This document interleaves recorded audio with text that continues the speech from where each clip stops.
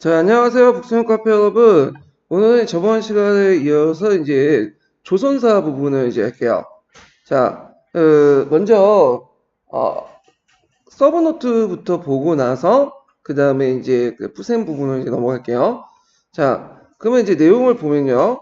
자, 여기 이제 조선왕조 정치사 부분이 쭉 나와 있는데, 여기 태조부터 해가지고, 세조 때까지 쭉 해가지고 좀 왕별로 이렇게 정리를 쭉 해놨어요. 그래서 여기 보면 태조 때는 이제 뭐 그 인구하고 관련된 것들은 이제 뭐 왕의 계보가 어떻고 그런 거는 이제 별로 나올 가능성이 거의 없으니까 넘어가고요. 여기 보면 이제 정도전이라는 사람이 있죠. 정도전. 그래서 정도전이 그 예전에 기초에 한 두 번 정도 나왔어요. 그래서 좀 봐두시고 대표적인 것들 보면 이제 그 여러 책들이 있죠. 정도전에. 그래서 이제 여기 보면 상봉직이라고 있는데 이 상봉직은 이제 그 정도전이 예전에 썼던 그 책들을 묶어 놓은 거예요. 그 문집이죠.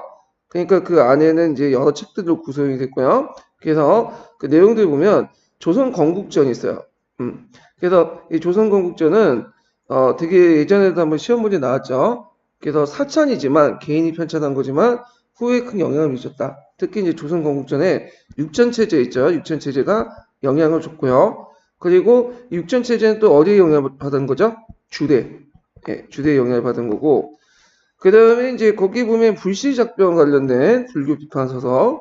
그 다음에 고조국사라는 거 있는데 고조국사라는 것은 이제 그 조선 왕조의 어떤 정당성을 마련하기 책이고 후에 이제 고조사의 어떤 모델이 됐다? 모델이 됐다는 좀 그런데 일단은 고조국사가 만들어지고 나서 이게 이제 도중에 폐기 처분돼요.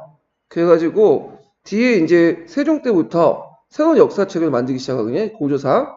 예. 그래서 이 고조사는 그 고조국사의 비판적인 차원에서 나온 거예요. 그 모델이 됐다는 건 좀 약간 어폐가 있는 것 같고요. 모델이 됐다고 이제 보는 거는 이제 고조사 저조라는 식이 있어요. 예, 영향을 줬다. 이렇게 이제 보시면 되겠죠. 그 다음에 진법서인데, 이 진법은 정도진이 만들었던 이제 뭐냐면 군사 진법, 훈련 방법, 이런 것들 적어 놓은 건데, 그래서 이거는 요동수복 운동의 범법서다. 자, 그래갖고 이제 그 당시 그 정도전이 요동수복을 하려고 군사훈련을 시키는데, 그 훈련서에 대한 내용이에요. 그래서 이걸 바탕으로 해서 사병을 또 협파하려고 했던 거죠. 예. 자, 그 다음에 이제 요동 운동에 대해서 이제 누가 딴짓 거였어요. 그때 주원장이 그거에 대해서 이제 항의를 했고 정도전을 잡아와라. 조선의 하근이다. 이렇게 얘기했죠. 그래서 포전문 사건이 이제 일어났는데 자, 요것도 예전에 기출에 언급됐었죠.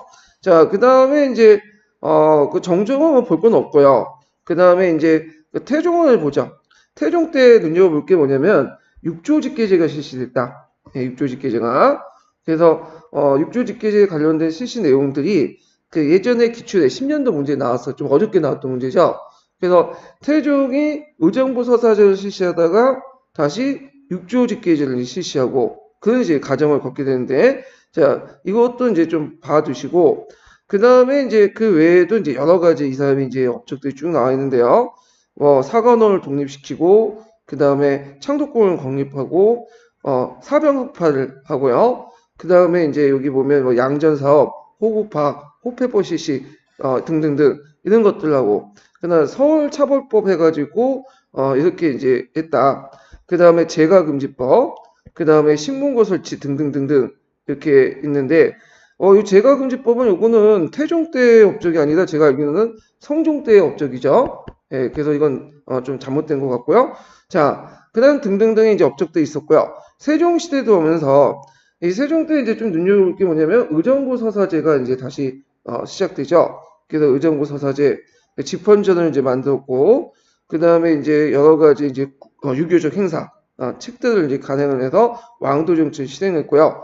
그 다음에 이제 억불 정책들을 이제 했지만, 실제적으로 말년에 이 사람이 이제 그, 불교를 이제 신봉을 했어요. 내불당을 만들고, 그런 것들을 이제 했다. 그 다음에 이제 뭐 부민고소금지법, 항리처벌법 등등 있고 예전에 한번 시험 문제 나왔던 게 공법이죠. 공법. 이 공법 시행, 전분 6등법, 연분 9등법. 그 다음에 또 시험 문제 자주 나오는 것이 농사직설이에요. 이 농사직설. 그래서 이 농사직설이 예전에 한번 시험 문제 나왔고, 그 다음에 이제 그 외에도 이제 조선 초기 때 과학과 관련된 문제가 11년 기출문제 나왔거든요. 그래서 뭐 혼천이, 간이, 자경루, 앙부일구, 추구기, 특히 앙부일구 예전에 나왔고, 상강액실도도 예전에 한번 나왔죠. 그 다음에 칠정산도 상당히 유명해요. 여기서 이제 이렇게 해서 한양을 중심으로 해서 뭐냐면 기준을 정해서 그 달력을 만들었다. 자, 그래서 있고 문종은 뭐 거의 볼 건 없죠. 예. 그래서 뭐 밑에 이제 고조사나 고조사 저조 이런 것들을 이제 편찬을 했다는데 요거는 문종이 편찬한 것보다 그 위에 세종 때 편찬한 거예요. 세종 때에서 이제 문종 세종 연간에 거쳐 가지고 완성한 거다. 이렇게 좀 기억을 해 주시면 되고요.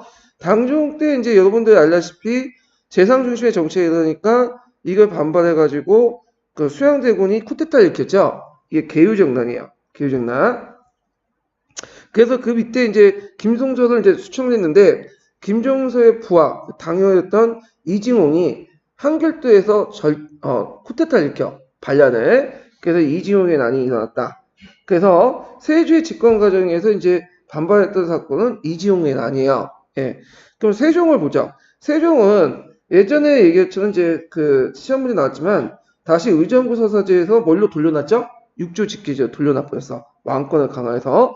이 사람은 이제 집권하는 과정에서 그 많은 대신들을 죽였기 때문에 자기가 믿을 수 있는 사람들이 별로 없었어요. 그래서 종친 세력이라든지 그 다음에 또 그 옆에 있는 훈구 대신들 거기에 의지해가지고 이제 정치를 했죠. 원래 종친들은 이게 뭐냐면 종친불사라는 말 들어보셨죠? 그래서 고려나 조선시대 때 종친들은 대우는 받지만 정치에 참여할 수 없었어. 근데 이걸 이제 룰 깨고 이제 종친을 적극적으로 등용했다. 기성군 같은 이중 같은 사람들을 이제 등용해서 나중에 일어난 이시의 난도 이제 토벌하도록 하도 이렇게 했고 그 다음에 이제 이시의 난이 일어났죠. 한경도 호족이었던 토착세였던 이시의 난. 이거는 이제 한경도 지역의 차별정책 이런 것들 때문에도 일어났고 그 다음에 세조의 시대 대신에 중앙집권화 이런 정책 때문에 또 일어났어요. 그래서 그 당시에 또 무슨 정책을 했냐면 호패법을 실시했거든요. 호패법. 호패법은 이제 뭐에 바탕이 됐냐면 세종시대 때 그 새로운 군대 제도가 있었죠. 병역제도. 이 보법이죠. 보법을 하기 위해서는 병역 자원을 파악할 필요가 있었어요. 호패법을 실시하면서 한경도에서 이제 난이 나왔고 이 자세한 내용은 이제 나중에 얘기할게요. 그 다음에 토관제도가 폐지됐어. 토관제도가 이게 뭐냐면 수정급 중에 좀 급이 낮은 수정급이 있어요. 현령이나 현감이나 그런 사람들인데 그런 사람들 예전에 한결도 출신들이 이제 임명했거든요. 근데 이제 이것도 폐지시켜갖고 그 다음에 훈구 대신들이 자신의 친척, 자제 그 다음에 이제 아는 사람들을 내려보낸 거야. 그러니까 그거에 대한 반발.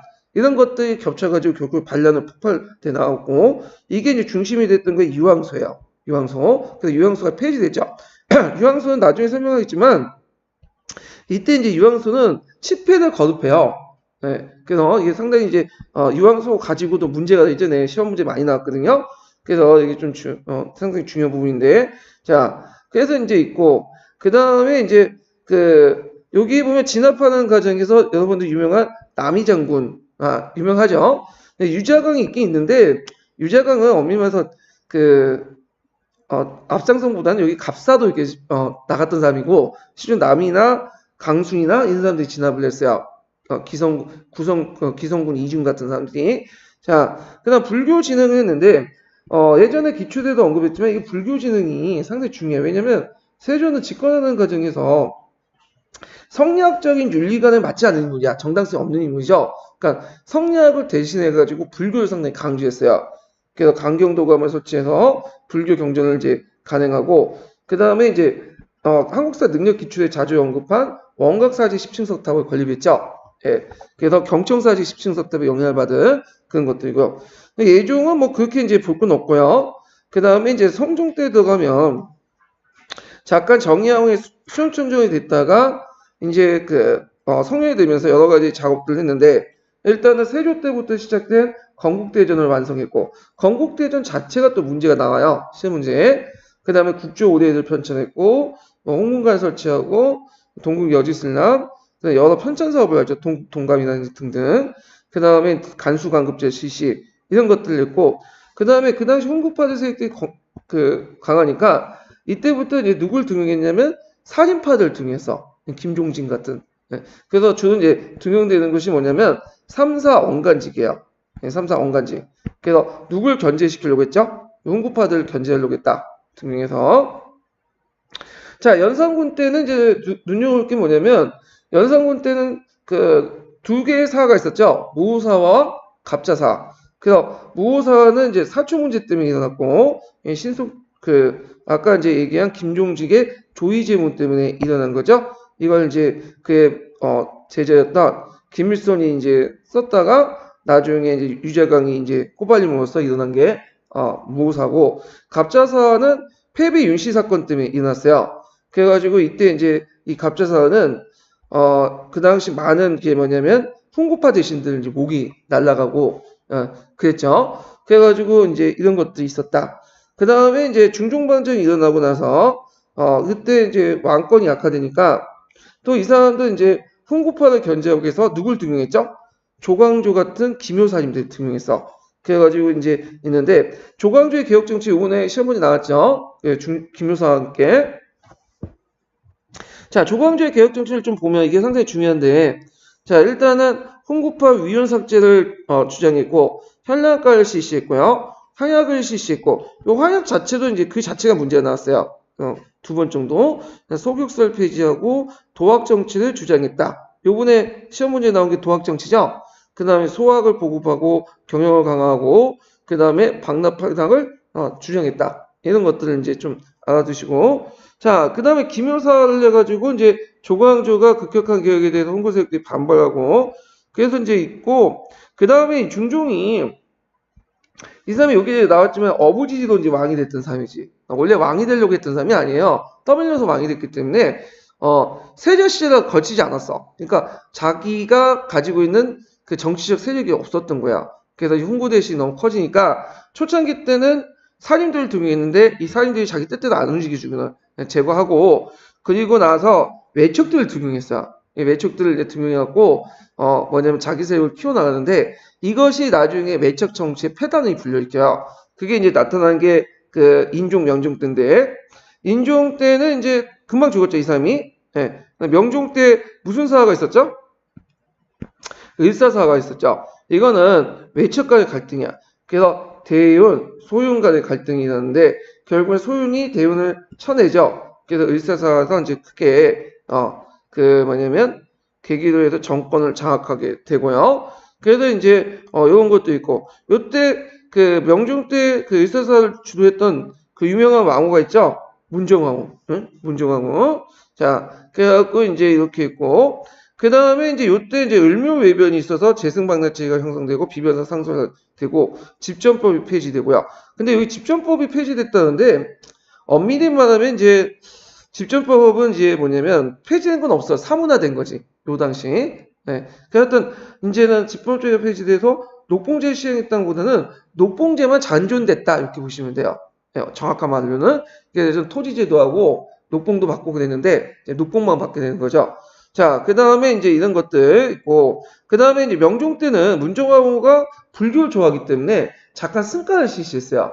예. 그리고 보호 같은 그 승려들도 활동하고, 요때 보호는 그 고종 말대 보호가 아니에요. 예, 이거는 다른 사람이에요. 예, 병명만 똑같은 뿐이야. 자, 선조 때 이제 살인대에 집권을 했는데, 이 선조는, 이게 명종의 아들이 아니죠. 예, 그래서 그 뭐냐면 좀 반계열 쪽이에요. 이 사람은. 그래서 집권해서 이때 이제 자신의 어떤 기반이 없기 때문에 살인들이 적극적으로 등용했고, 이때부터 이제 훈구 세력들이 점점 없어져요. 그리고 이제 이때 이제 살인들이 붕당을 지어가지고 또 나눠지게 되죠. 뭐 그래가지고 동인과 서인, 동인은 다시 남인, 북인. 그리고 선조 때는 기억할 것이 뭐야? 이때 임진왜란이 있었다. 이렇게 좀 기억을 해주시면 돼요. 자, 그 다음 조선의 중앙통치조직을 보죠. 자, 이 조선의 중앙통치조직은 의외로 시험 문제 잘 안 나와요. 네, 그래서 고려시대는 좀 나오는데 여기는 잘 안 나오더라고요. 시험 문제는. 그래서 하여튼 의정부 6조 직계제, 의정부 서사제가 있고 6조 직계제 이건 관련된 것들만 좀 나왔고 그리고 이제 그 뭐 승정원 왕명 출납을 담당한 승정원이 있었고 의군부에서 이제 국가의 큰 죄인이 있고 국왕이 직접 그 뭐냐면 의군부에 나와서 이제 했는데 국왕이 직접 하는 것은 엄밀히 말하면 의군부보다는 그 뭐냐면 이제 그 의군부에서보다는 그 국청이라고 있어요. 따로 국청. 예. 그 대역죄인 이런 것들 이제 할 때 이제 나왔던 거죠. 그다음 3사는 좀 기본적으로 알아두셔야겠죠. 그래서 3사는 이게 그 뭐냐면 대간직이에요. 대간. 우리가 이제 전 시간에 대간, 간간 그런 얘기했죠. 그래서 사간원, 사원부, 홍문관 있는데 법제적으로 사간원은 주로 간쟁기관, 사원부는 감찰기관. 그 다음에 서경권이라 해가지고 양사 기능이 있죠. 예. 서경권은 이제 고려시대는 모든 관리들이 적용됐지만 오품 이하만 이제 적용되기 했고요. 그래서 이제 이렇게 이제 홍문관은 경영이나 서연을 담당하고 등등이 있는데 사관원 서원부 홍문관은 이렇게 그 뭐냐면 법제로 나눠져 있지만 기능이 실제로 같이 했다 보면 돼요. 예. 자, 그 다음에 한성부는 서울행정치안을 담당하고 춘추관은 역사를 편찬하고 그다음 예문가는 국악의 교수를 작성하고 등등등 이런 업무를 했고요. 그다음에 홍구파의 그 사기파의 이제 그 예전에 갈등 내용이 기출문이 나왔는데 주로 홍구파의 분류와 사기파의 분류가 여기 있죠. 그래서 이제 이런 것들을 참조를 해주시면 될 것 같아요. 그냥 고등학교 정도의 지식에서 이제 물어보는 것 같은데 예전에 이거 기출에 한번 자주 언급됐었어요. 예전에 아주 십몇 년 전에. 근데 요즘에는 거의 안 나오더라고요. 유치해서 그런지. 예, 그냥 이거 그리고 나와도 웬만하면 다 맞출 수 있죠. 이 부분은. 자, 그래서 이제 이렇게 이제 보고 근데 주의할 것은 요것만 좀 보고 넘어갈게요. 홍고파들은 그 급진파 개화파 사대부하고는 좀 약간 질이 달라요. 이 사람들은. 그러니까 기원은 있지만 급진 개화파 사대부 중에 그 후손들이 홍고파는 되지만 급진 개화파들이 다 홍고파는 아니에요. 예, 홍고파들은 언제부터 등장했죠? 세조가 집권하는 과정 속에서 그리고 이제 중종 때 그 연산군 때 반정하는 과정에서 이렇게 등장했던 인물들이에요. 그래서 그들이 이제 그 공식 대우를 받고 그러면서 여러 가지 토지라든지 노예 이런 것들 노비 이런 것들 받으면서 성장했던 사람들 홍고파라고 하죠. 예. 그래서 급진개화파 연결돼 있지만 급진개화파 자체는 아니에요. 예, 이런 것들 좀 기억을 해두시고 그래서 여기 보면 이제 분류해 놓은 거 보니까 급진개화파 홍고파를 구분하지 않고 그냥 뭐냐면 같이 뭉뚱이갖고 이제 같이 얘기한 것 같아. 예. 그래서 있고 간화파는 이제 홍고파보다는 조선 초기 때 이런 정도종 같은 급진 개혁파 사대부를 이제 얘기를 하는 거야. 예. 자, 그 온건개혁파도 이렇게 했는데 이것도 이제 그 살인파와 연결시켜서 했는데 살인파 온건개혁파도 꼭 연결되는 건 아니야. 매칭되는 건 무슨 그 연원을 따지면 그렇게 이제 올라갈 수 있지만 성향이라든지 이런 것도 약간 달라요. 이런 것들은 좀 기억을 해두시고 자, 그 다음에 이제 여기 보면 조선의 지방제도를 좀 볼게요. 조선의 지방제도 같은 경우에는 그 고려와 좀 다르죠. 고려는 신분제적 역할이 있어. 신분제적 성격이 강한데 요거는 고대 크기, 인구나 고대 크기에 따라서 나눴다. 그래가지고 이제 그 고려시대 때 여러 군현들을 통합을 해서 330개 군현으로 정리했고요. 그 다음에 팔도제를 실시했죠. 그래서 팔도에는 감찰사를 파견했고 감찰사는 감찰권, 행정권, 사법권, 군사권, 인사권 등 여러 가지 이제 뭐냐면 권한을 갖고 있고 그다음 그 밑에 부, 목, 군, 현 이렇게 나누고 자 여기까지는 이제 주로 간이 통치하는 구역이죠. 예, 그래서 요게 이제 그 수정이라고 하는 사람들이 쭉 있어요. 그래서 목사, 군수, 현령, 현감 등등. 그래서 간품마다 이제 급마다 간품이 다르지만 이들 간의 관계는 수직적이에요. 그렇지만 절도사 아니 수평적이죠. 근데 절도사와 수령 간의 관계는 수직적이죠.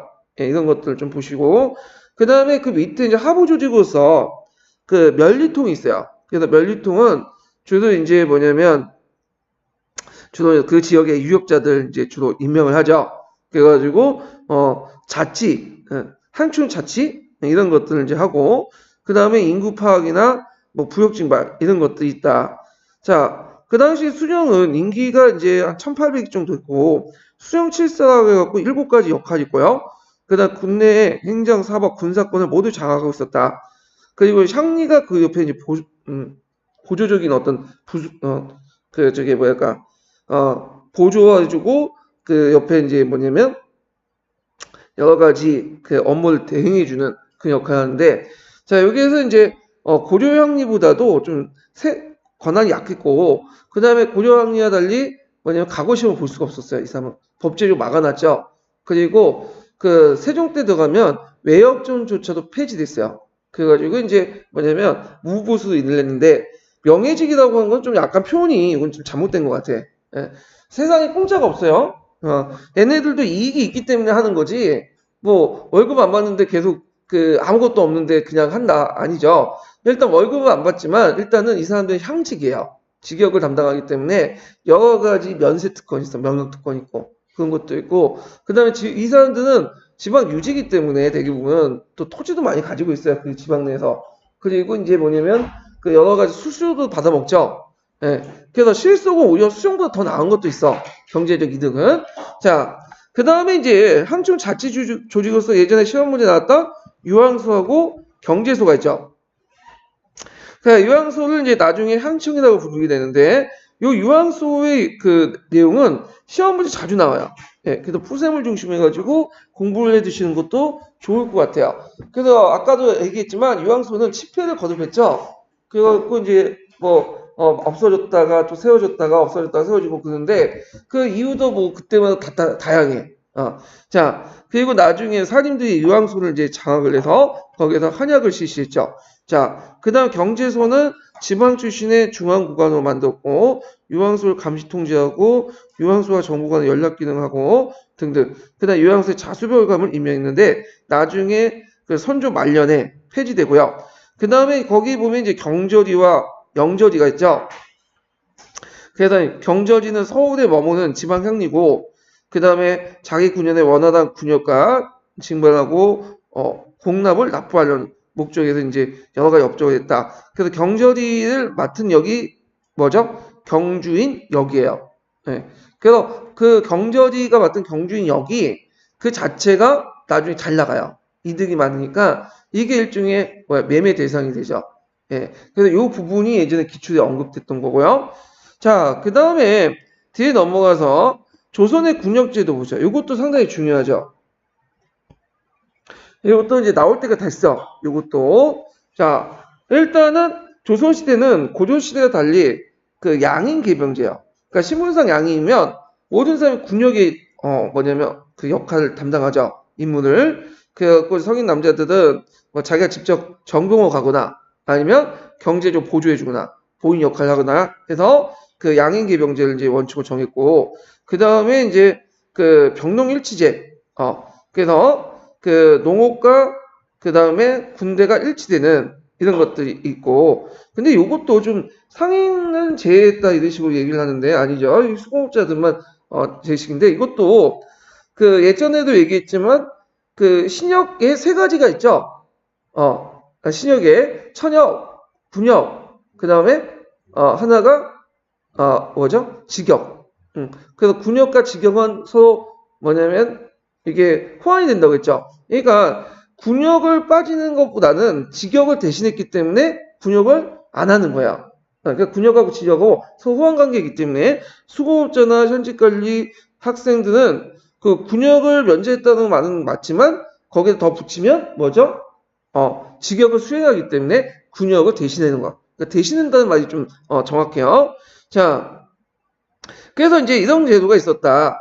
그 다음에 이제 아까 얘기했처럼 정군과 보인, 봉족을 이렇게 나눈다고 했죠.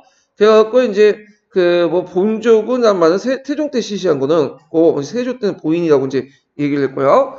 자, 그리고 이제 뭐 여러 보법이라든지 봉족제라든지 그런 군역제도가 있는데 이건 나중에 설명을 하고, 그다음 조선의 군사 조직 같은 게 중앙군이 상당히 발달됐어요. 그래서 조선 초기 때는 오이제 이렇게 있고, 그 다음에 나중에 조선 후기 때는 오군영 이렇게 이제 했죠. 그래서 예전에 한번 오군영이 시험 문제 나왔어요. 그래서 서인 정권의 군사적 기반이고 정세 변화에 따라 임기 의무조가 설치됐고요. 그래서 훈련도감, 어용총, 총육총, 수호총, 금이형 이런 것들이 있었다. 자, 그 다음에 이제 그 지방군으로서 체제 보면 여기는 지방군 자체보다는 이제 지방 그 뭐랄까요? 그 당시 지방의 방어 체제 이런 것들 얘기하는 것 같은데, 자 여기 보면 이제 진간 체제하고 제승방나 체제가 있죠. 요거 좀 기억만 해주시면 되죠. 그래서 이게 을묘 외병을 계획했고 진간체제에서 제승방나체제로 했다. 그래서 진간체제는 자전자수적인 어떤 성격을 갖고 있고 제승방나체제는 병력을 한 곳에 집결시켜가지고 싸우는 거지만 이건 문제점은 한번 뚫리면 후방이 없다. 네. 그래서 임진왜란 때문에 피를 봤죠. 그래서 임진왜란이 끝나고 나서 다시 진간체제가 복귀되고 그 다음에 이제 소고군이 형성되죠. 그렇지만 소고군은 이제 노비들만 남는 나중에 천해군화되고 그런 것들이 있고요.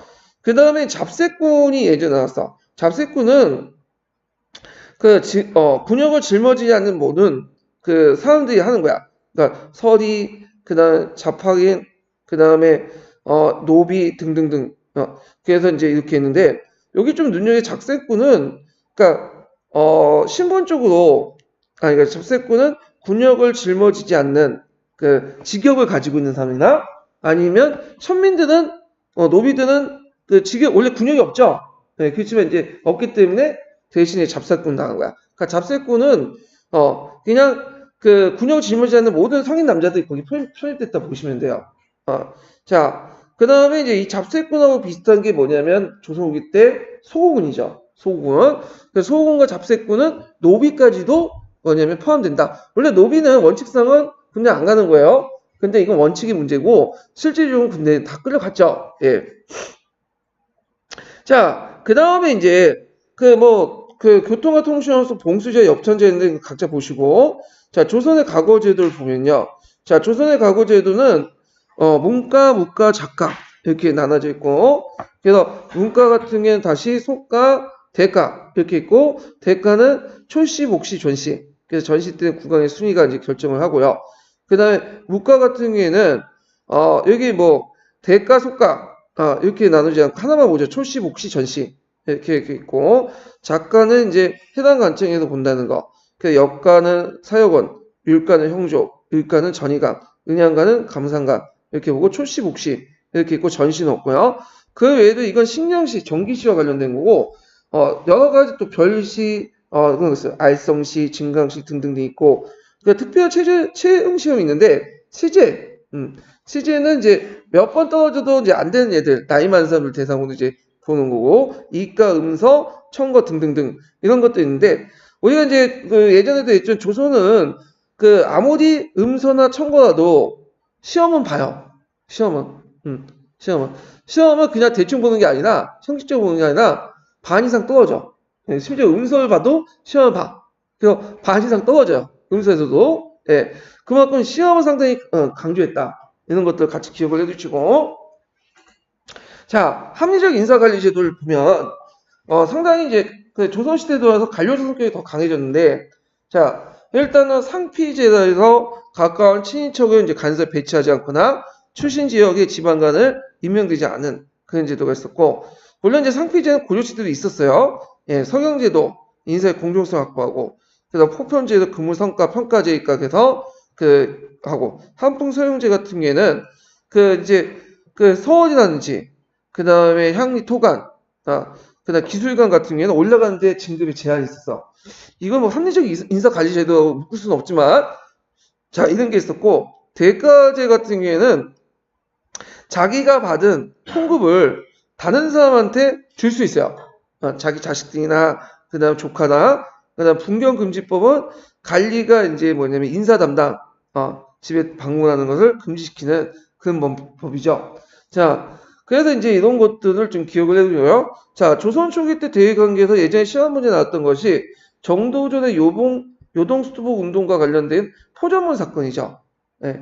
포문과 전문과 관련된, 그러니까 우리가 이제 조선이 명나라 4대 관계를 맺었잖아요. 그때 그 당시 그 명나라 황제는 주원장이었어요. 근데 주원장이 그 포전문을 가지고 그 당시 뭐냐면 시비를 걸었어요. 그래서 이거는 뭐 그 주원장이 좀 약간 그 약간 열등감 이런 것들이 작용됐는데 주원장이 문자에 좀 약간 미쳐 있어요. 그리고 그 문자 강자, 중자 이런 말 되게 싫어해. 자기가 예전에 중 같은 거 중이 됐던 사람이잖아요. 그 독자, 도덕적자도 싫어하고 그리고 그 비슷한 말도 발음하는 것도 똑같은 것도 싫어해.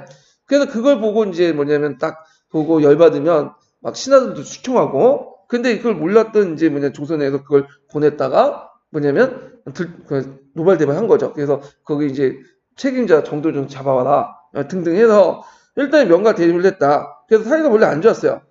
그러다가 이제 태조가 죽고 나서 태종 때 돌아서 이제 원만한 관계가 돼요. 왜냐면 그때는 이제 상황이 바뀌어서 홍무제가 죽고 그 해제다 가지고 이제 있다가 자기 또 그 작은아버지가 죽죠. 이게 영락제죠. 그 영락제도 일종의 반란을 통해서 정난해변을 통해서 이제 반란 그 황제가 됐던 사람이고 태종 자체도 뭐냐면 좀 집권 과정에서 정통성이 좀 약간 없잖아요.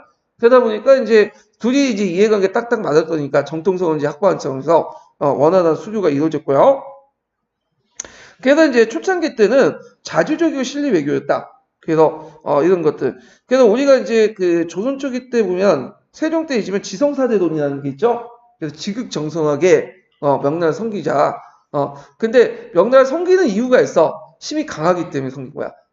힘이 약했으면 섬기지 않겠죠.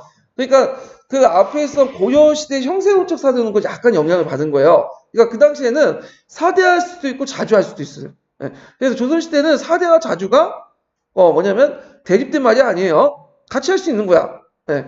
그래서 이제 자주적인 실리 외교를 했다. 이건 조선 후기 때하고 약간 다르죠. 조선 후기 때는 그냥 이념적으로 받아들이는 거야. 내면화돼 버린 거야.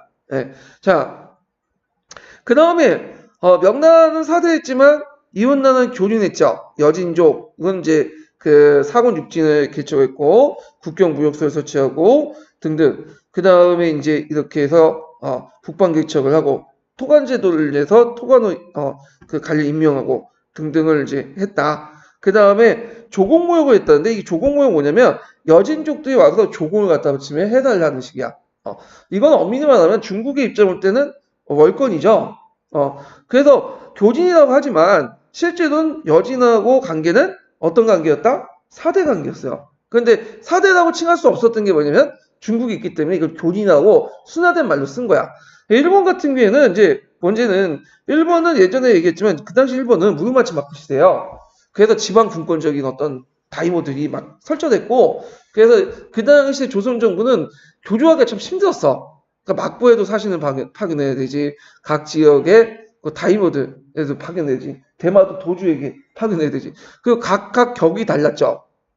그래서 뭐 그러다 보니까 이제 좀 하다가 이제 몇 번 보내다가 안 돼가지고 그냥 뭐 끝나고 통신사도 이제 끝나고 임진왜란 때 이제 와서야 그때 이제 뭐냐 도요토미 히데요시한테 보낸 거죠. 몇백 년 만에. 근데 그 당시 조선 정부 욕할 필요도 없어요. 왜냐면 이게 교섭 창구가 일어나되지 못하다 보니까 어딜 보내야 될지 모르는 거야. 그 전국시대 때 솔직히 뭐 누구한테 보내겠어요? 그 사절단을. 예. 자, 일본 국내사정도 있었다. 이거 세종이 이제 신숙주가 이제 일본에 갔던 경문로에 있어. 해동 제국기라는 책이 있거든요. 요거 좀 기억을 해주세요. 교과서에 잠깐 언급돼 있어. 해동 제국기.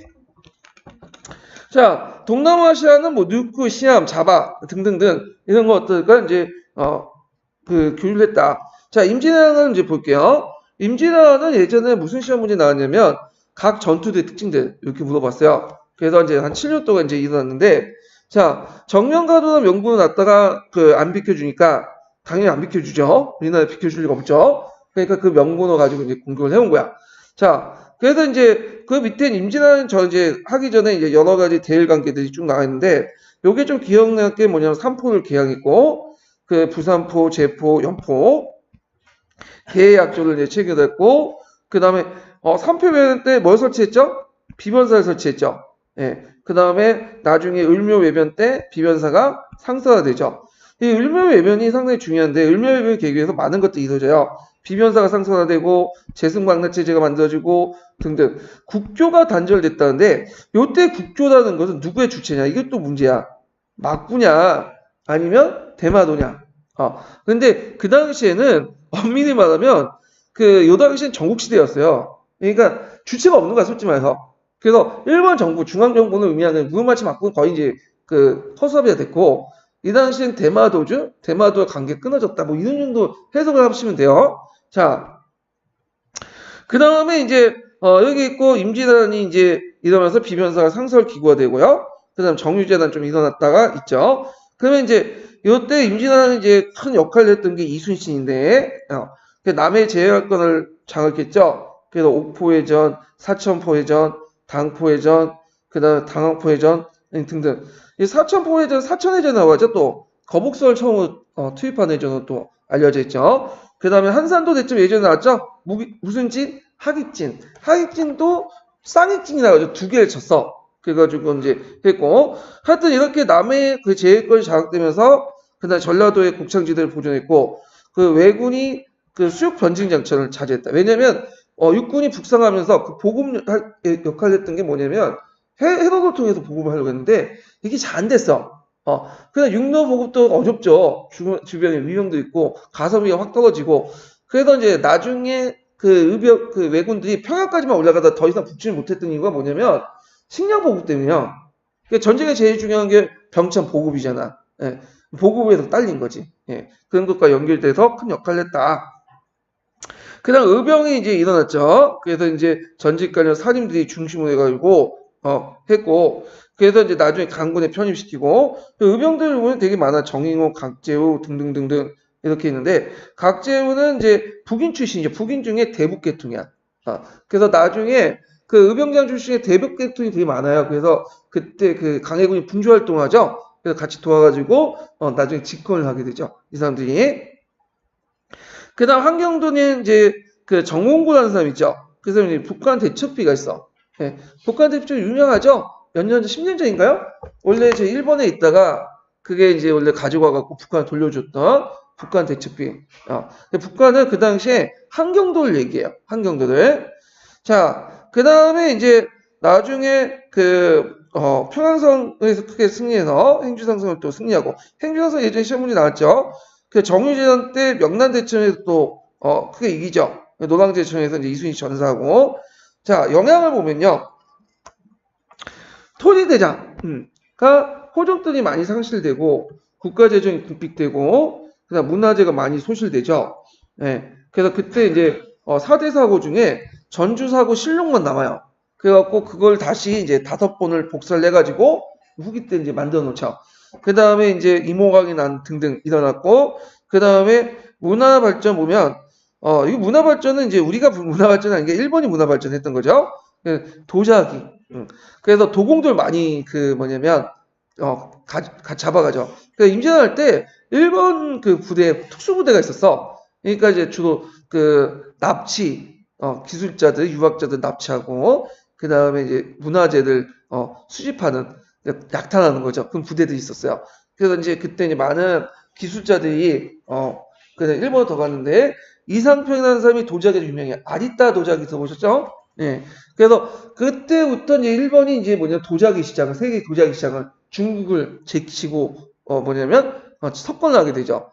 그래서 예전에는 중국 경덕진의 도자기 유명했죠. 근데 명청 교체기가 이제 하면서 바뀌어져. 그때 명나 청나 교체되면서 막 풀려날 때 일본이 이제 조선인 도공을 가지고 왔던 그 기술을 바탕으로 해서 아이따 도자기를 세계 시장에 선보이기 시작해. 그러면서 이제 많이 팔려 나가기 시작하죠. 자, 그 다음에 이항에 이제 성리학이 전파되고 등등등.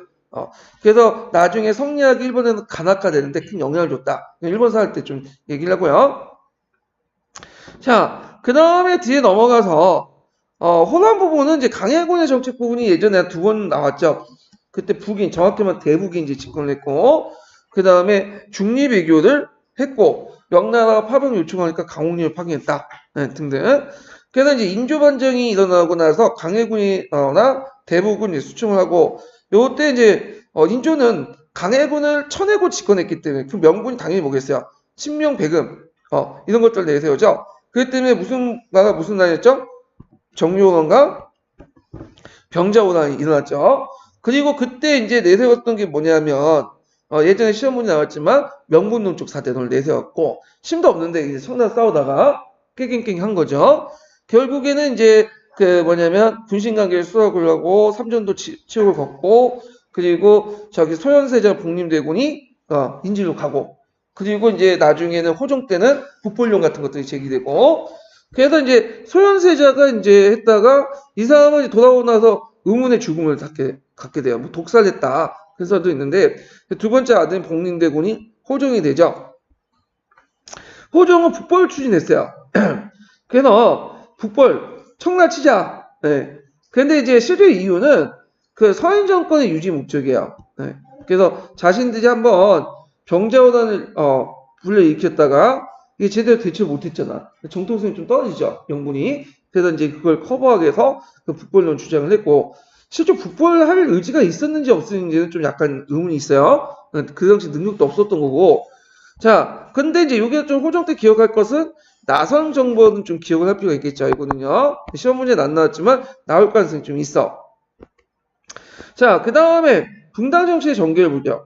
이 분당 정치의 전개를 볼 때 각 그 집권 세력들이 어떤 그 사건을 통해서 집권했는지 그런 것들 이제 봐두시는 게 좋을 것 같은데. 자, 여기 보면 이제 그 선조 때 이제 뭐냐면 살인들이 집권을 했잖아요. 근데 이제 살인 안에서도 그 이조 전량직을 둘러싸고 그 내분이 났어. 그래서 이때 이조 전량은 상당히 요지인데 일단 후임자를 추천할 수 있는 자천권이 있고요. 그 다음에 또 뭐냐면 그 3사, 예, 3사 여기 선발권이 나왔는데 3사 선발권보다는 거기에 이제 그 들어갈 수 있는 그 통천권 같은 거 이런 것들이 있어. 등등. 그래서 이제 이조 전량의 권한이 상당히 컸던 거예요. 예. 그래갖고 이제 이때 동인, 김용과 서인, 심의견 이렇게 싸우게 되고 김용호는 신진살인, 그다음 심의견은 그 기성살인 이렇게 있죠. 이거 동인 쪽은 뭐가 연결되냐면 이항과 서경덕 조식 누나고요. 서인은 이 성원 이렇게 연결되죠. 근데 정열이 모반 사건이 나지 이걸 무슨 옥사라고 하죠? 기측 옥사가 있죠. 그래서 이때 이제 원래 서인이었다가 나중에 동인편에 가다가 정열님이 그 뭐냐면 반란을 일으켰다. 그래가지고 했는데 솔직히 이거는 좀 약간 조작 사건이 좀 있어요. 그래서 이제 결국에는 이제 이걸 계기로 해가지고 서인이 동인 쪽 반격을 해서 정철이 이걸 이제 뭐냐면 진압을 했다보다는 사건도 아니라는데 무슨 진압을 했겠어요. 반란도 아니라는데 그래서 이제 주로 이때 이제 위관 그러니까 특별 감찰 검사관 역할을 한 거야. 그래가지고 그때 동인들이 많이 죽게 되죠. 그 때문에 이제 정철이 나중에 이제 동인으로부터 미움을 사게 돼.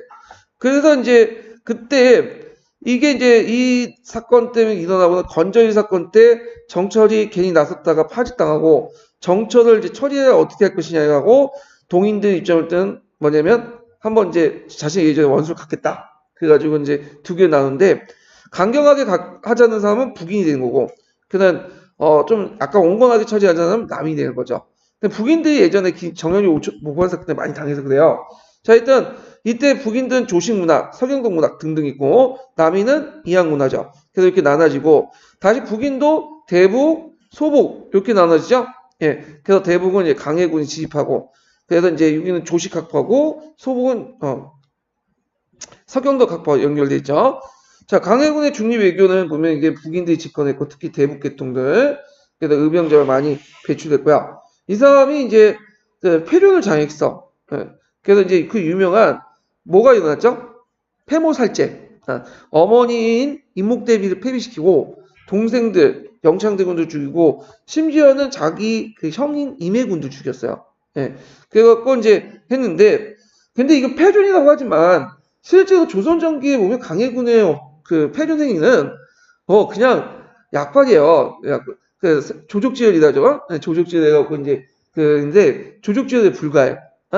그 예전에 뭐 태조나 영상군이나 그 다음에 태조나 연산군 그 다음에 이제 세조 이런 사람도 폐륜질 많이 했거든. 자기 동생 죽이고 그래서 이런 걸 감안할 때는 폐륜이라고 볼 수는 없는데 일단 강해군은 운이 안 좋았어. 왜냐면 양난을 겪은 후에 이제 그 당시 임진왜란을 겪은 후에 성리학적 가치가 강화되기 시작해요. 그러면서 이제 이게 폐륜론이 모기 시작한 거지. 자, 하여튼 이런 게 있고 그 다음에 혜태 번척이다 해갖고 이제 북인이 대북계통의 정의용이 자신의 학문적 정통성 확립하기 위해서 스승인 조식을 높이고 그 다음에 이현적과 이항의 종사를 반대하는 등등 그런 것들을 이제 했고, 그 다음에 이제 뒤에 보면 인조 때 인조 반정이 났죠. 서인이 주도하고 남인이 일부 연합하는, 그리고 그 후에 이제 상호 비판적인 어떤 그 분당 정치가 형성이 됐고요. 자, 호종 때도 아까 얘기했처럼 이제 뭐 국벌 추진, 이런 것들을 이제 했고, 그 다음에 이제 여기 국벌 추진 이렇게 있고, 하여튼 선종 때는 유명한 뭐가 일어났죠? 예속 논쟁이 났어요. 예속 논쟁. 예속 논쟁.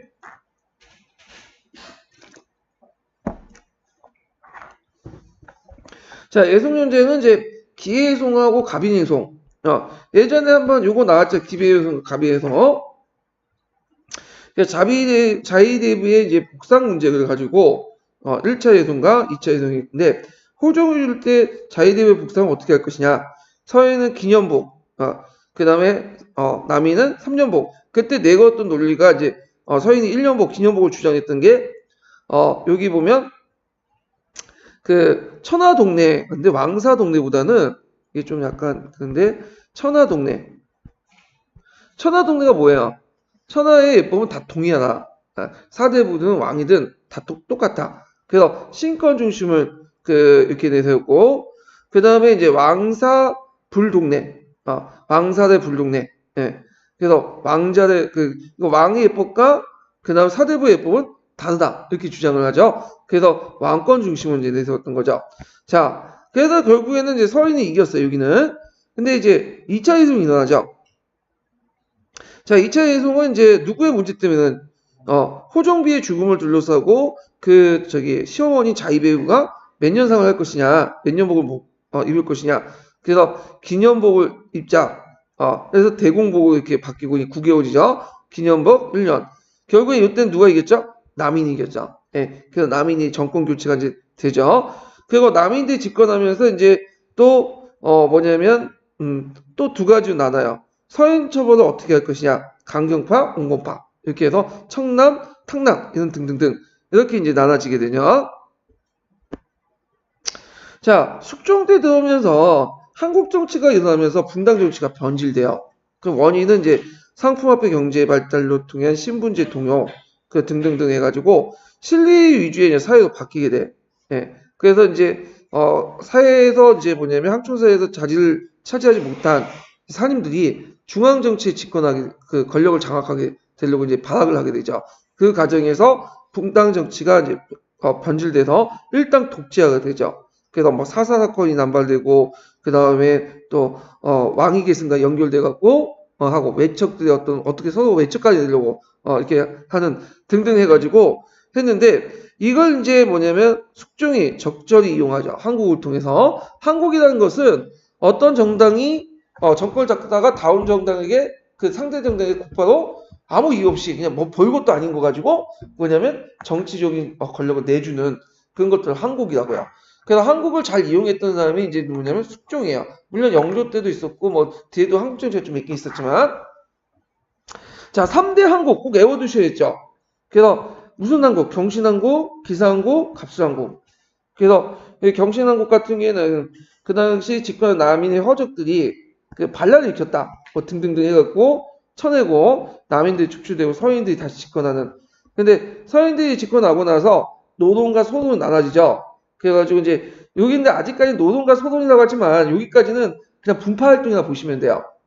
그래서 노동은 좀 강경파. 그래서 뭐 송시열이 대표적인 사람이고 소동은 온건파, 융중. 근데 이게 나중에 이제 완전히 명시화된 거는 뒤에 갑술한국 이후부터죠.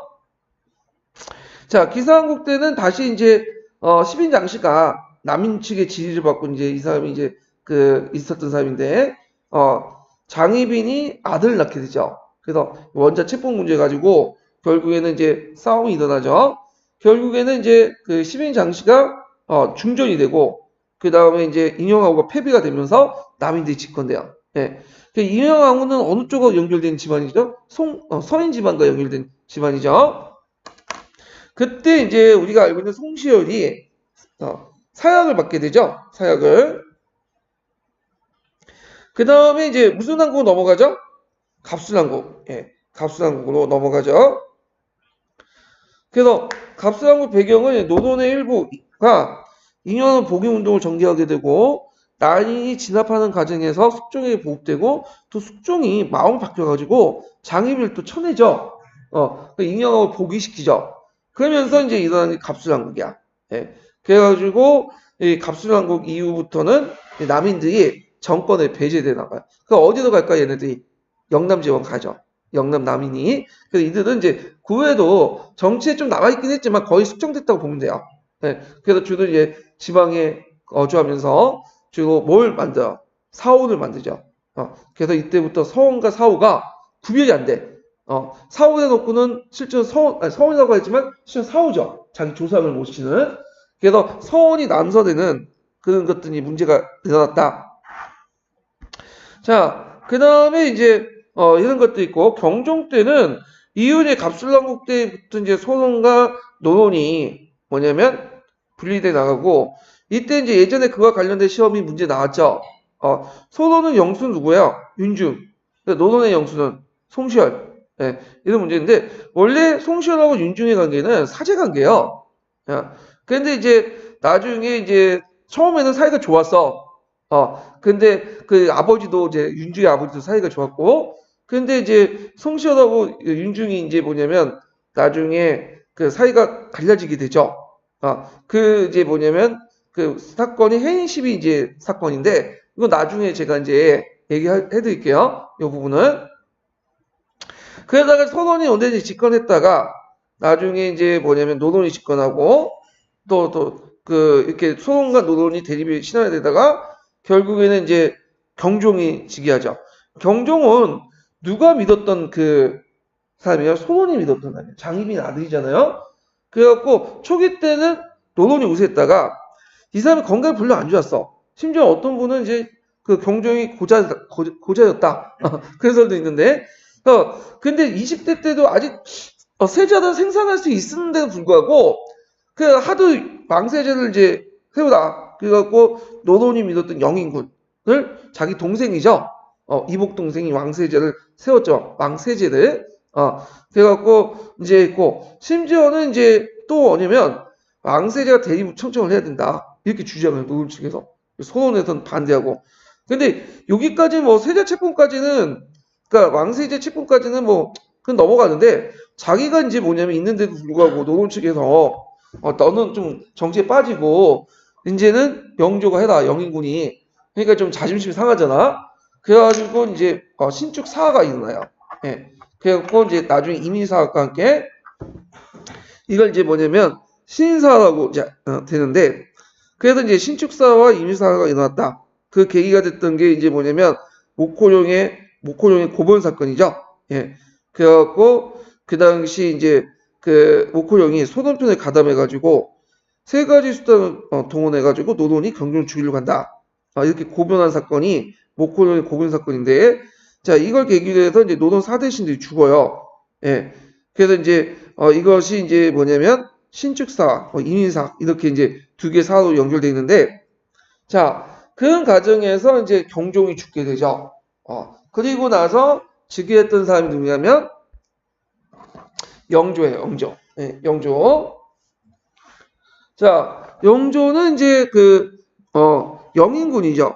그리고 이제 이 사람은 초창기 때는 그 노론 중심의 정치를 해요. 어쩔 수 없었어요. 자기 집권자. 그러다가 이제 뭐냐면 정리한국을 계기로 해가지고 다시 노론을 쳐내고 소원이 집권을 하는데 이때 또 소원 반란이 일어나. 그래갖고 그 소원 반란이 이의자의 난이죠. 이의자는.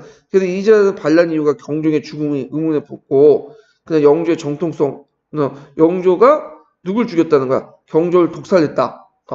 그래갖고 이제 했는데 요때 뭐 노론의 정치학을 이제 반대를 했다는데 요거는 좀 아닌 것 같아요. 왜냐면 요때 집권은 정미한국이 그 노론에서 소론으로 집권 측이 바뀐 거거든요.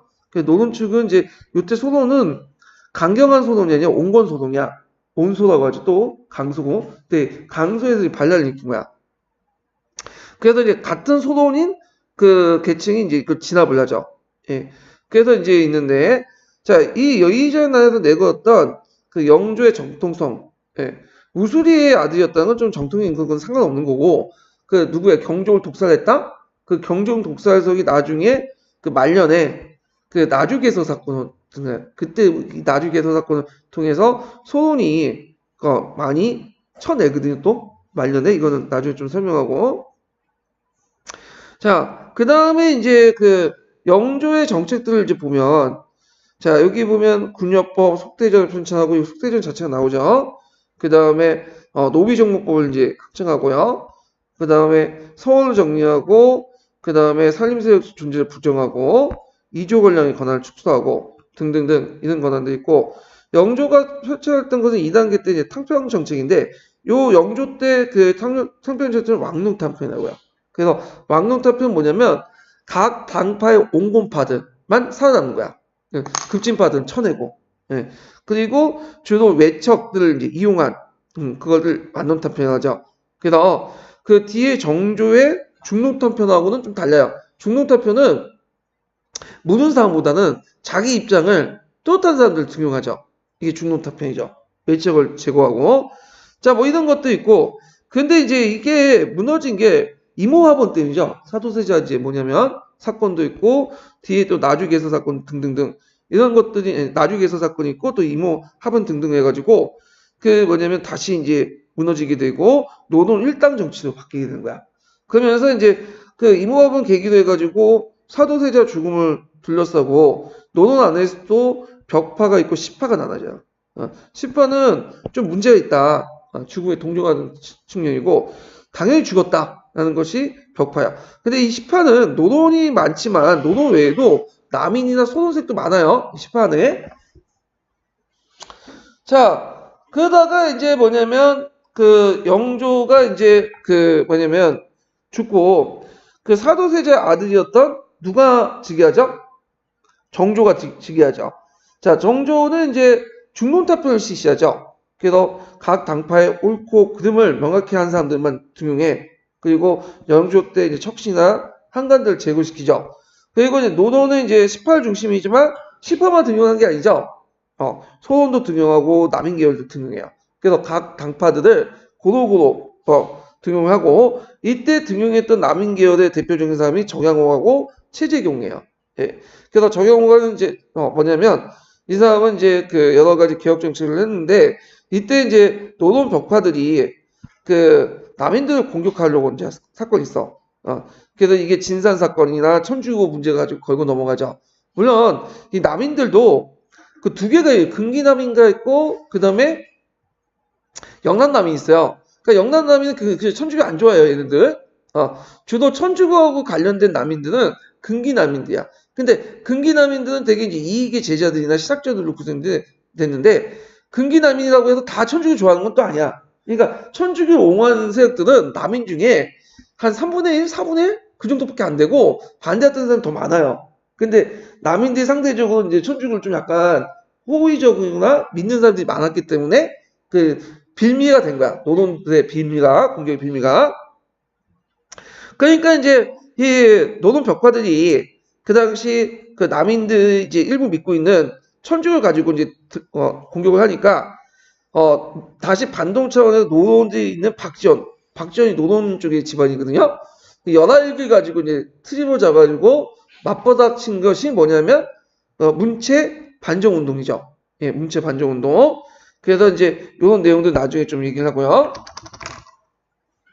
자, 정조는 그 당시 이제 수원을 만들었고 하성을 축조하고요. 그래서 이제 하성은 이제 정치 군사적 기능을 부여되고 상업적 목적도 이용하고, 하성을 이제 만드는 과정에서 거중기 같은 것들을 사용했다. 그 다음에 장흥을 육성하고, 그 다음에 구장각을 육성하죠. 규장각 요번에 시험 문제 나왔죠. 예.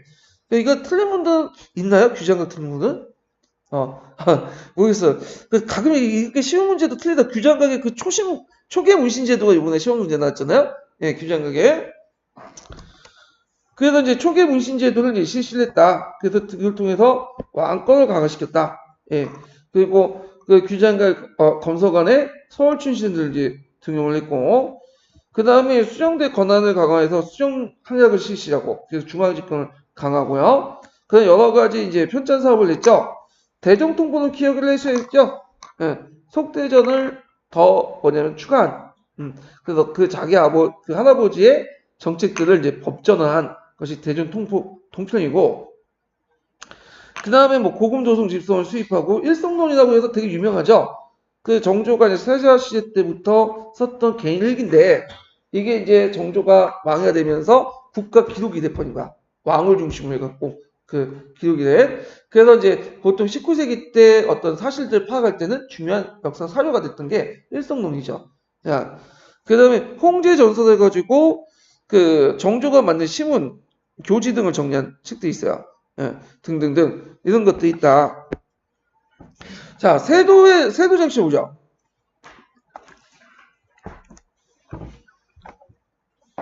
자, 세도 정치는 19세기 때 순조, 현종, 철종 때의 정치예요.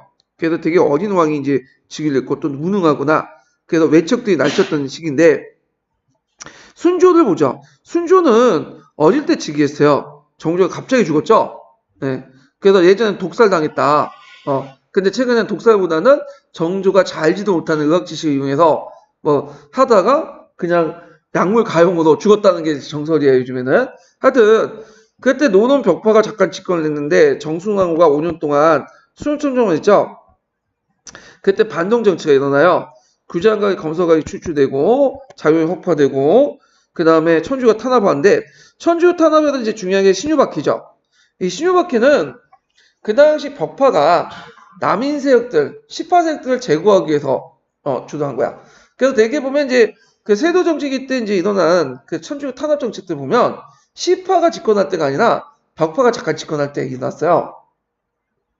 그래서 그때 정약용이 뭐 강주 유배되고 그다음 정약전이 흑상도 유배되죠. 자산 어부는 편찬하고 뭐 등등등. 그리고 나중에 이거에 불만을 가진 항사연이라는 사람이 거기 이제 신유박해 내용을 써서 프랑스 주교에게 갖다 주려고 하다 듣기 사건 있죠. 이게 항사연 백서 사건 등등 이런 것도 있었다. 자, 그 다음에 이제 순조 그 말년에 홍경래 난이 일어났죠. 현종 때는 이제 풍양조 씨가 이제 집권을 했고, 그때 잠깐 이제 뭐냐면 그 병호박해가 일어나. 그때 김대건이 이제 그 희생당하고, 자, 그 다음에 뭐 기해박해 등등등 일어나고요. 철종이 이제 즉위하면서 다시 안동김씨가 일어났다가 그때 이제 임술 농민봉기가 일어나죠. 철종 때 이런 것들.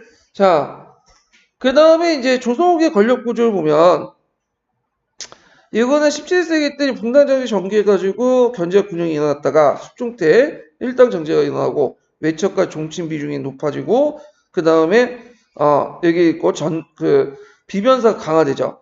여기 대신의 권한이 내려갔다고 표현한 거 틀린 것 같아요. 오히려 비변사를 중심으로 해서 고위직 관료들의 비중이 점점 커지게 돼요. 예전에 조선 정기 때는 그 하위직 관료들이 고위직 관료들을 견제하는 시스템이 좀 발달됐거든요.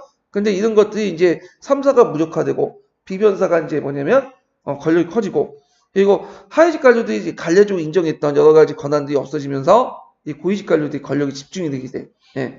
자, 그 다음에 세조 정치기 때는 외적 세력이 강했죠. 그래서 소수의 특정 가문들이 이제 정치를 농단을 하게 되죠.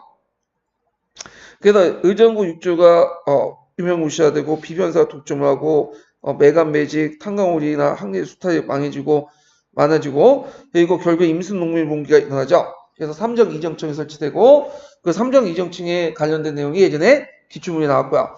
그러면 잠깐 여기 비변사를 볼게요. 비변사는 16세기 그때 이제 만들어져서 삼포회던 때 임시기구, 그 을묘회던 때 상설화, 그 다음에 그 임시회던 때 국정총괄을 했다는 거. 그래서 이제 구성을 보면 그 당시 이제 그 경인당상, 예경당상 등등으로 구성됐고, 나중에 좀 얘기하고요. 결과적으로는 왕권이 약화되고 의정부 육주 중심의 행정체제로 했다. 중심이 유명무실화 됐다. 그런 것들 같이 기억을 해두시면 될 것 같아요. 자, 그래서 이렇게 이제 정치다 이제 마쳤고, 그 다음에 이제 넘어갈 게 이제, 잠깐만요. 자, 조선 경제사를 이제 볼게요. 자, 거기 44페이지 표본이요. 자, 조선 경제사 보면 크게 조세제도, 그 다음에 뭐 공납제도, 그 다음에 토지제도, 이렇게 해서 이제 조용조를 이제 먼저 살펴볼게요. 조세는 전세에다 해서 토지세를 걷는 거죠. 그래서 10분의 1을 걷는 제도고, 그래서 결부제를 실시했는데 초창기 때는 1결당 300조였다. 예. 그래서 결부제는 면적 단위가 아니라 수확량 단위였다. 이렇게 이제 보시면 되고요. 그 다음에 이제 그 답판손실법의 문제 때문에 그 당시 이걸 좀 좀 공정하게 실시하자. 그래갖고 나온 것이 연분구등법하고 전분육등법이죠. 예전에 시험 문제 나왔던. 이걸 공법이라고 하는데 연분구등법은 풍의 기준에 따라서 몇 등급으로 나누는 거예요. 9등급으로 나눠져. 상상, 상중, 상하 이런 식으로 최고 20도에서 최하 4도까지 이렇게 나왔고 전분 6등법은 1결단 명적을 6등급으로 달리해서 자를 6개 두고 자가지고 뭐냐면 그 달리 재는 거죠. 그래서 이걸 이적동세라고 하죠. 이적동세가 뭐예요? 모양은 다르지만 크기는 다르지만 같은 1결이면 동일한 색을 하는 거야. 그래서 1등급은 작겠어 크겠어요? 작죠. 근데 6등급은 상당히 크죠. 그렇지만 생산량은 300도 동일해. 그런 식으로 해갖고 세금을 걷는 거다.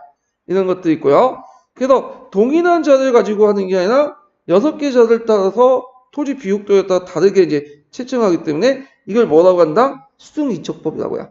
근데 나중에 이제 이게 뭘로 바뀌어요? 양측 동일법으로 바뀌죠? 효정시대 때.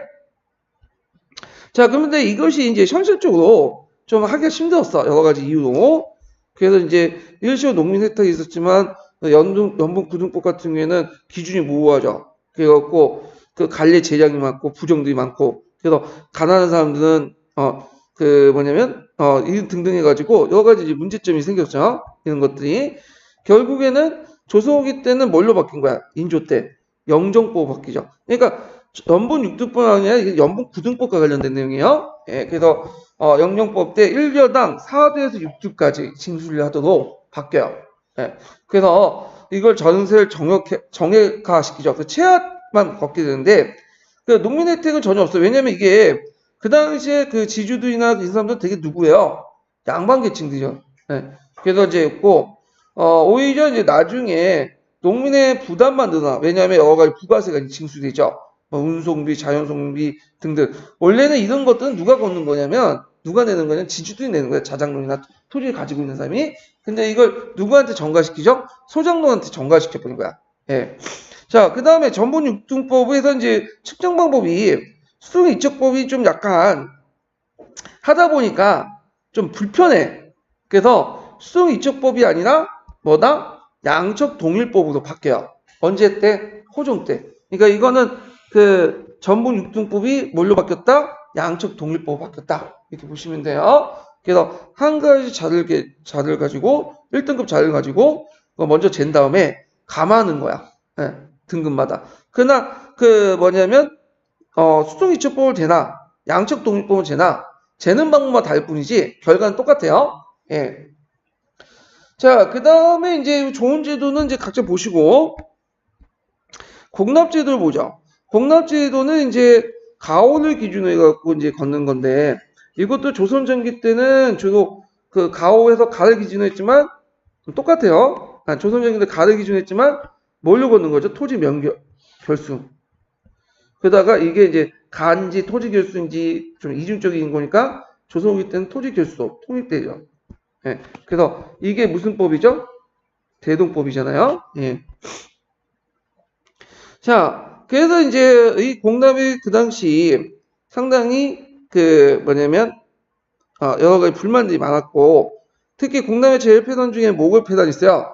박납의 폐단 있죠. 그래서 그걸 시정하는 노력이 돼서 그 당시 수미법이 이제 주장되고 그리고 결국엔 대동법으로 이제 제도화되죠. 그래서 대동법은 토사물 대신에 쌀, 포, 동전주로 진술하는 거야. 예. 그래서 이게 시행이 100년 동안 걸렸거든요. 100년 동안 걸렸던 게 뭐냐면 그 당시 그 기득권 세력들, 지주들이나 박납업자들이 반대가 심했기 때문에 결국에는 숙종 때 이제 완결이 되고 기준 변화를 보면 가오에서 뭘로 바뀐 거야? 토지 결수로 바뀐 거야. 물론 그 예전에도 가오로 해서 5등급을 나눴죠. 그리고 토지 결수도 했어. 그렇지만 이제 명확하지 못하기 때문에 아예 토지 결수로 바뀌게 된 거죠. 1개월당 12도를 거뒀고요. 그리고 그 결과 양반지주들의 부담이 늘어났고 농민 부담이 감소했죠. 근데 일시적이야. 왜냐면 양반지주들이 거뒀던 걸 누구한테 또 가중시켜? 농민들에게 하죠. 그리고 이제 이때 통해서 공인이나 새로운 상인들이 등장했고 이들이 도구로 성장을 하게 되고 상품화폐가 경제 발전을 촉진시켰다. 자, 한계는 상공이 한정되고 벌금과 징상은 종속됐고요. 시일이 지날수록 상담 비율이 높아지고 유치 비율이 낮았다. 예, 이런 것들 좀 기억을 해두시면 돼요. 자, 그냥 역을 보죠. 역은 보통 이제 노동력을 이제 착취하는 건데 두 가지가 있다고 했죠. 여기는 군역만 얘기하는데 군역은 크게 봐서 뭐죠? 신역이죠. 신역은 군역, 직역, 천역 이렇게 나눠요. 그래서 군역과 직역은 호환이 된다고 했죠. 예. 요역 이렇게 이제 있는데 자, 군역부터 이제 보면 대립제 보법을 실시하고 이게 문제점이나 대립제와 방군수포제가 성행되고 이것을 명문화시킨 거, 제도화시킨 게 군적수포제예요. 그래서 1년에 2필, 3필 내고 2필 내고 중종 때 합법화되고요. 근데 이제 이런 것들이 문제점이 나니까 양형보통령이 주장되고 군역법이 실시되죠. 1년에 몇 필 걷자? 1필 걷자. 2필에서 아니라 그래서 이제 그 부족한 부분을 결작을 징수하고 그 다음에 선무군갑을 발행을 하고 그래서 접세를 징수하자.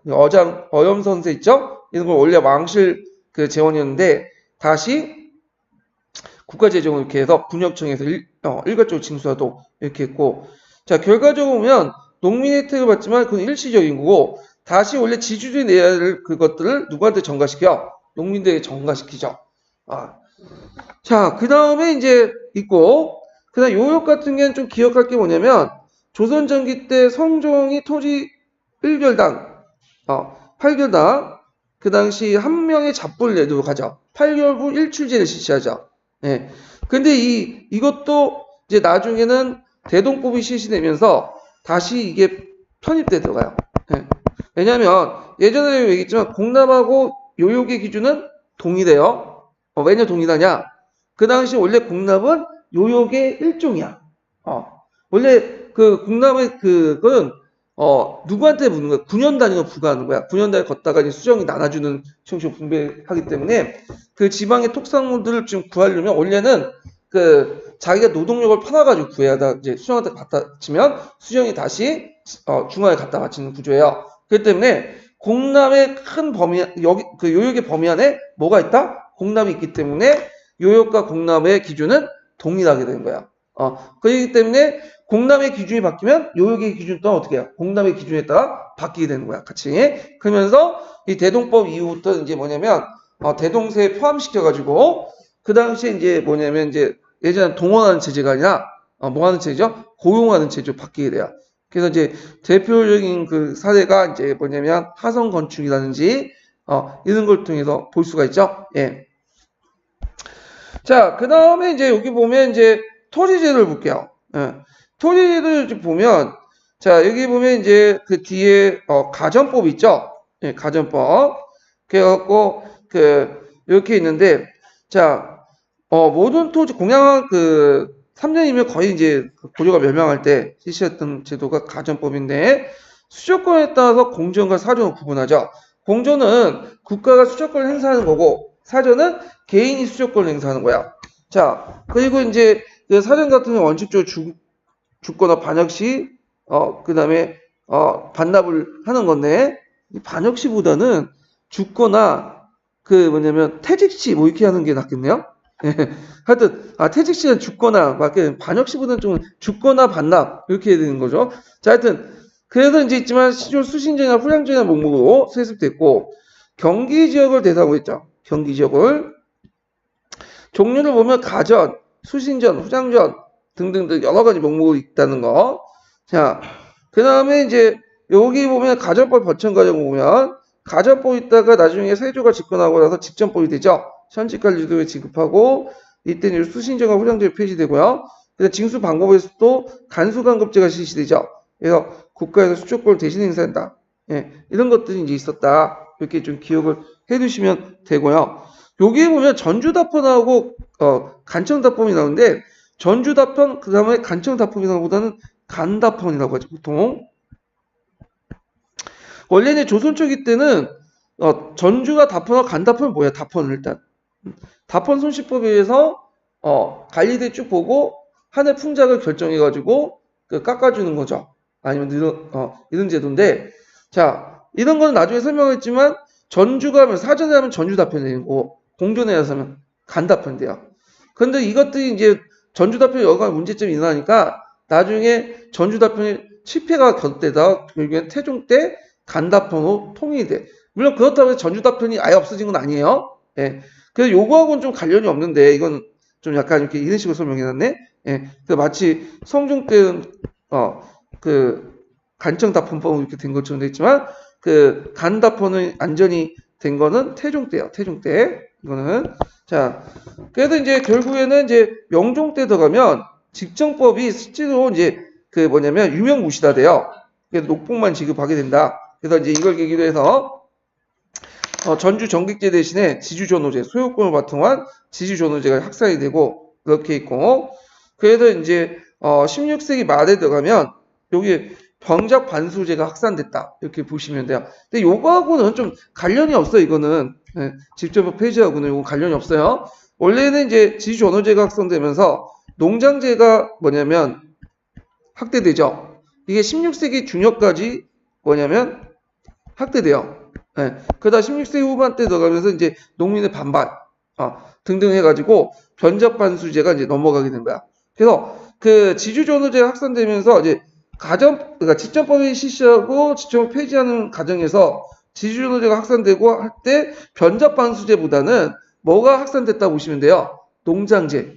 예. 농장제 확산되고 그리고 나서 그 뭐냐면 농장제 확산되고 이제 그때 농장제는 뭐였죠? 그 당시 갑자기 생각나는데 그때 작계제. 예.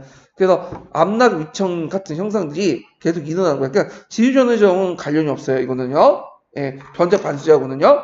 이거는 뭐 연결시킨 게 아니라 자 조선시대 때 농업사 부분이 있는데 자 조선시대 농업사 부분은 좀 쉬었다 할게요. 이 부분은요. 예.